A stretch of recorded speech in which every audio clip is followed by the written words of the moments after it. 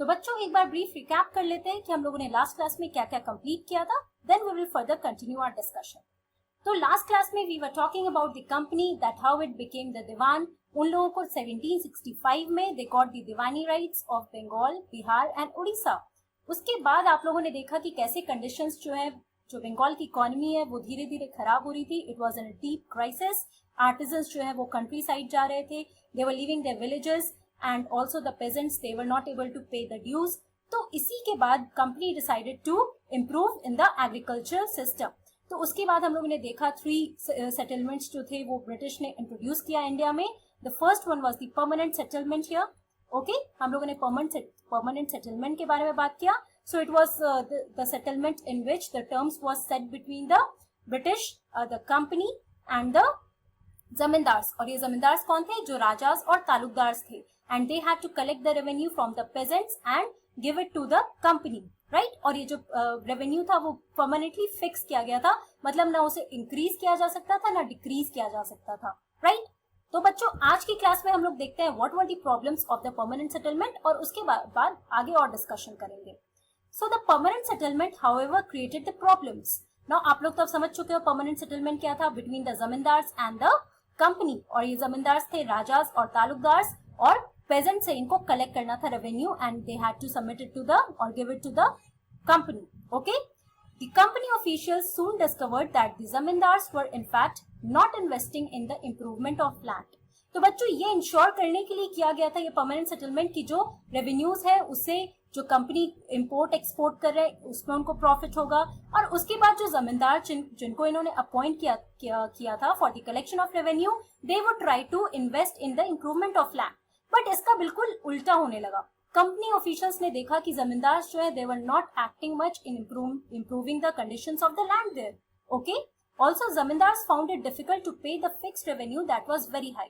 तो बच्चों रेवेन्यू भी जो ये लोग कलेक्ट जो फिक्स किया गया था that was permanently fixed under the permanent settlement, वो काफी ज्यादा था।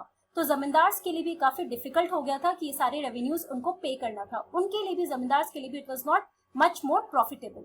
Also anyone who failed to pay the revenue lost his zamindari. तो कोई भी जमींदार अगर वो रेवेन्यूज टाइम पे नहीं दे पा रहे थे कंपनी को, so they had to lose their zamindari. मतलब कि उनका जो लैंड था जो उनके अंडर कंट्रोल पे था वो सारा लैंड वो जो कंपनी है वो उसको कॉन्फिस्केट कर लेगी या फिर वो अपने पास रख लेगी। ओके, तो ये सारे प्रॉब्लम्स थे जो परमानेंट सेटलमेंट धीरे धीरे शुरू होने लगे। Also let us talk about the changing situations. Now by the first decade of the 19th century the situation changed. अब first decade of 19th century यानी आफ्टर 1800 की हम लोग बात कर रहे हैं। Okay, so the prices in the market rose and the cultivation slowly expanded. तो पहले आप लोगों ने देखा था कि 1770s में बहुत बड़ा फैमिन आया था in the Bengal region, right. लेकिन उसके बाद अगर हम लोग 19th century की बात कर रहे हैं, जब 1800 ऑनवर्ड्स की बात कर रहे हैं, सब मार्केट में सारे प्राइसेस हर एक चीजें के प्रोडक्ट्स के बढ़ने लगे थे। ऑल्सो द कल्टीवेशन जो था वो भी एक्सपैंड कर रहा था धीरे धीरे। Now it was beneficial for the zamindars but not for the company. अब देखो बच्चों, इन लोगों ने परमानेंट सेटलमेंट के अंडर रेवेन्यू को तो फिक्स कर लिया था, चाहे प्रोडक्शन बहुत ज्यादा हो, रेवेन्यूज बहुत कलेक्ट हो अकॉर्डिंग टू द प्रोडक्शन, लेकिन एक फिक्स रेवेन्यू था जो कि कंपनी को मिल रही थी। तो अगर बहुत ज्यादा एग्रीकल्चर बढ़ रहा है तो ऑब्वियसली जमींदार को तो अच्छे खासे रेवेन्यू मिल रहा है, राइट। बट कंपनी को उन्हें एक फिक्स रेवेन्यू देना था, so that is why company के लिए बिल्कुल प्रॉफिटेबल नहीं था, बल्कि ये जो हमारे जमींदार थे उनके लिए काफी प्रॉफिटेबल हो रहा था। Now the zamindars also lost interest in improving the land. तो बच्चों इसके बाद धीरे धीरे जमींदार में देखा कि रेवेन्यूज फिर धीरे धीरे उनको लगा कि जो भी रेवेन्यूज है बढ़ भी रहे और they were not interested in improving the land, the conditions of the land that was under their control. Okay, now this was the changing scenario that was taking place after the permanent settlement was introduced in the Bengal province. Okay, also what was the problem for the peasants? So in the villages the cultivator found the system extremely oppressive. तो pageants के लिए तो सबसे ज्यादा problematic था ये जो permanent settlement था, ये उनके लिए बहुत ज्यादा ऑप्रेसिव था, राइट। वो उनके कंडीशंस को बिल्कुल सूट नहीं कर रहा था। The rent he paid to the zamindar was high and his right on the land was insecure.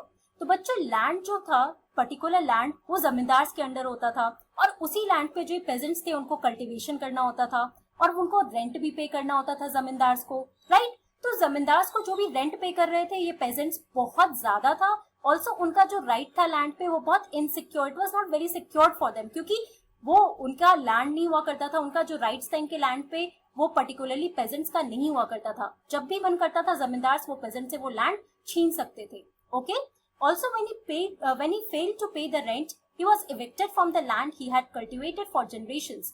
तो पेजेंट्स जितने भी थे, अगर मान लो वो लोग रेंट नहीं दे पा रहे उस लैंड का जमींदार को, तो उनको उस लैंड से निकाल दिया जाता था जिस लैंड पे वो काफी जनरेशन से काम कर रहे हैं। सो ऑब्वियसली पेजेंट्स के लिए बहुत सिक्योर जॉब नहीं था।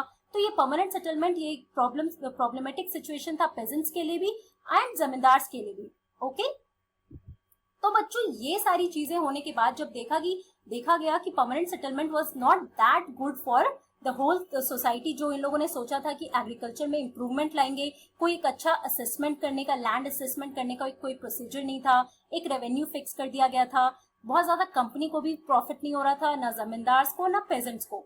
तो इसी के बाद एक दूसरा सिस्टम आया that is called the Mahalwari system in the improvement of agriculture. Now let us see what is this Mahalwari system.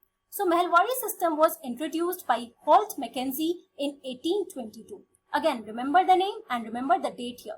कि हम लोगों ने देखा परमानेंट सेटलमेंट को लॉर्ड कॉर्नवालिस ने 1793 में किया था, और होल्ट मैकेंजी जो है he introduced this Mahilwari system in 1822. Now where was it introduced? It was introduced in the northwestern province of the Bengal presidency.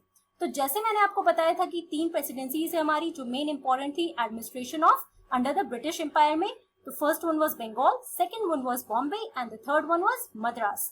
तो यहाँ पे आप इस मैप में देखो कि कैलकाटा का ये जो आपका रीजन है बच्चों, ये जो मैं यहाँ पे पॉइंट कर रही हूँ, दिस रीजन यहाँ के नॉर्थ वेस्टर्न पार्ट में ऑफ बंगाल प्रेसिडेंसी, ये जो सिस्टम था Mahalwari system, it was introduced by Holt Mackenzie in 1822. Okay, now let us talk about Mahilwari system, that what was this system. So under his directions, कहने का मतलब हमारे जो company, जो होल्ट मैकेंजी या फिर जो भी वहां पे कंपनी के ऑफिशियल्स थे, so under his directions the collectors went from village to village inspecting the land, measuring the fields and recording the customs and rights of different groups. तो बच्चों जैसे आप लोगों ने देखा कि जो परमानेंट सेटलमेंट था हमारा, उसमें सिर्फ जमींदार और कंपनी के बीच ये सेटलमेंट हुआ करता था, राइट, और पेजेंट से ये लोग रेंट लिया करते थे। तो यहाँ पे क्या हुआ, इन्होंने देखा वो बहुत ज्यादा सक्सेसफुल नहीं हो रहा है, तो हर एक विलेजेस, जो नॉर्थ वेस्टर्न प्रोविंस है हमारे बंगाल प्रेसिडेंसी का, हर एक विलेजेस में कलेक्टर्स जाते थे, they went from village to village, वहां के लैंड को इन्होंने इंस्पेक्ट किया, देखा क्या कंडीशन है लैंड का, और जो भी फील्ड्स थे, एग्रीकल्चर फील्ड्स थे, उनको मेजर किया, और उसके बाद वहां के कस्टम्स और राइट्स, जो भी उस पर्टिकुलर विलेज में लोगों के कस्टम्स और रिचुअल्स राइट्स हुआ करते थे, उनको इन लोगों ने रिकॉर्ड किया, राइट। तो अब आप देख रहे हो कि प्रॉपर असेसमेंट होना शुरू हुआ है, लैंड को इन्होंने असेस करना शुरू किया, डेटा इन लोगों ने कलेक्ट करना शुरू किया, और धीरे धीरे इन्होंने ये सिस्टम को और बेटर बनाने की कोशिश की, right. Now the estimated revenue of each plot with in a village was added up to calculate the revenue that each village और महल had to pay. Again one important point here, ये जो term आप महलवाड़ी देख रहे हो, तो ये जो वर्ड है महल, इसका मतलब क्या होता है, विलेज। तो ये सेटलमेंट, जो ये सिस्टम था बच्चों, that was between the company officials and the village itself. Okay, पहले हम लोगों ने देखा था कि जो सेटलमेंट था हमारा permanent settlement, that was between the zamindars and the company officials, right. लेकिन यहाँ पे विलेज और कंपनी ऑफिशियल्स के बीच है। तो जो भी रेवेन्यू ईच, एक एस्टिमेटेड रेवेन्यू बनाया गया था हर एक प्लॉट का, तो उस सबको कैलकुलेट किया गया, और वही रेवेन्यू जो है वो हर एक विलेज से कलेक्ट किया जाता था। ईच विलेज हैड टू पे that revenue that was calculated, that estimated revenue. Okay, यहाँ पे विलेजेस पे कर रहे हैं, ना कि कोई जमींदार पे कर रहा है।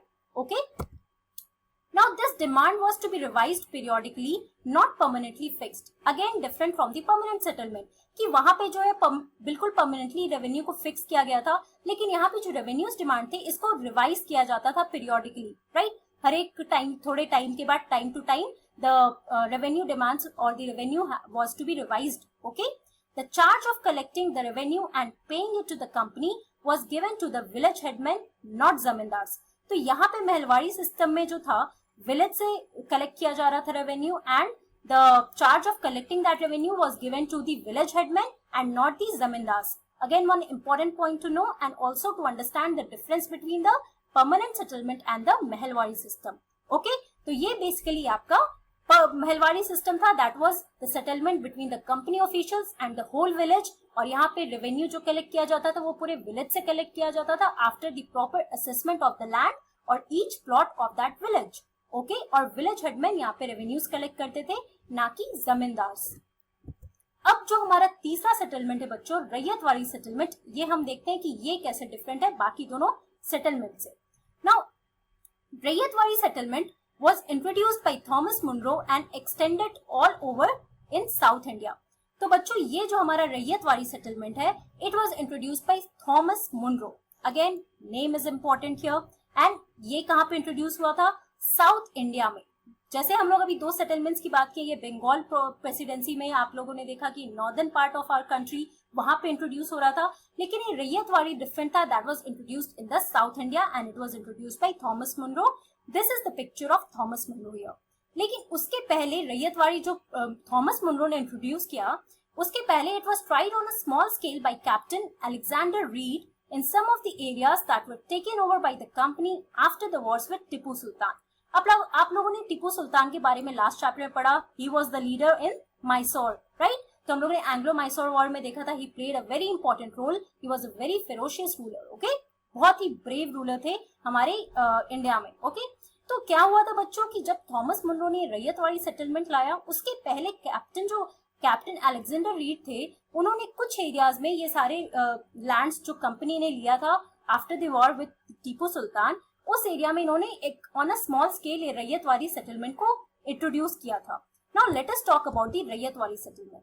Under the Ryotwari settlement, the settlement was made directly with the cultivators who had tilde the land for generations. तो बच्चों थॉमस मुनरो ने देखा कि साउथ इंडिया में कोई जमींदारी सिस्टम का ऐसा कॉन्सेप्ट नहीं था, वहां पे कल्टीवेटर्स थे जो एक लैंड ओन करते थे और वो अपने वहां पे कल्टीवेशन करते थे अपनी लैंड में। तो यहाँ जो रैयतवाड़ी सेटलमेंट है, now it was directly made with the cultivators, not with the zamindars, not with the village, जैसे हम लोगों ने बाकी दो सेटलमेंट्स में देखा। Now again this is different from the other two settlements, right? तो यहाँ पे जो सेटलमेंट था, it was made directly with the cultivators, जिनको हम रायत्स बोलते हैं, रैयत्स बोलते हैं, and that is why the name here is Rayatwadi settlement, okay? Their fields had to be carefully and separately surveyed before the revenue assessment was made। तो जो भी रैयत, जो भी कल्टीवेटर्स थे, उनके लैंड को काफी अच्छे से असेस किया जाता था और काफी अच्छे से सर्वे किया जाता था। जो भी ऑफिशियल्स थे वो पूरे लैंड का सर्वे करते थे and after that the revenue was decided और वही रेवेन्यूज जो है उनको पे करना होता था। तो ये आप देखो, ये मद्रास रीजन, ये पूरा जो आपका साउथ इंडिया का रीजन है बच्चों, ये मद्रास में स्पेसिफिकली ये रैयतवाड़ी सेटलमेंट को इंट्रोड्यूस किया था थॉमस मुनरो में।